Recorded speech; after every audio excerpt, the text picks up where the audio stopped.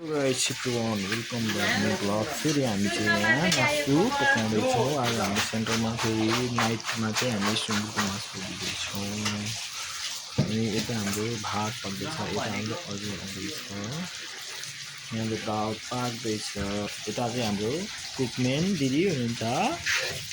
यता हेर्नु दिदी। Hello hello. यस्तो ठक छ भर्खर टमाटरबाट धुँदै हुनुहुन्छ। रात परेको थाहा छैन। यहाँ हाम्रो मासु तान्दैछ हैन। यो चाहिँ हाम्रो एकछिन खाने। यहाँ आधा भइसक्यो। यहाँ बाँकी छ। यो मासु पाकिसक्यो। भर्खर टमाटर काट्नु हुँदैछ। सो गाइस, अनि यहाँ चाहिँ हाम्रो खानेपानी ट्याङ्की बन्दैछ। यो रुम चाहिँ हाम्रो बोस रुम हो। यहाँ चाहिँ हाम्रो केटाहरू पढ्ने रुम हो। यसमा चाहिँ हामी यसरी राखेर यता फर्काएर यसरी पढ्ने गर्छन्। यहाँ दुईटा बोर्ड छ, एउटा बोर्ड निकालेछ। यहाँ पछि राखेर भोलि यहाँ फेरि हाम्रो क्लास हुन्छ। नाइट डे डेली भइरहेको छ। त्यसलाई चाहिँ हामी यसरी सिकाउने गर्छौँ। यो बेड हुन्छ। सो सबैजना लाइक अनि कमेन्ट गर्नु सक्नुहुन्छ, किनकि यसमा हाम्रो होस्टेल चाहिँ एकदम ठुलो अनि फराकिलो छ। यसरी हुन्छ हाम्रो रुममा। को त्यो बसिराख्ने केटाहरू। यसमा चाहिँ हाम्रो भाडा माग्ने ठाउँ हो। होस्टेल फेरि यता पनि छ है। केटाहरू नअटेर चाहिँ हाम्रो फेरि होस्टेल यता पनि छ।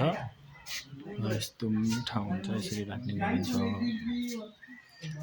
यस्तो छ बेड, डबल बेड हुन्छ। यसमा चाहिँ बस्ने चाहिँ हाम्रो दुईजना सिङ्गल बेडमा माथि एउटै तल एउटा बस्नुहुन्छ।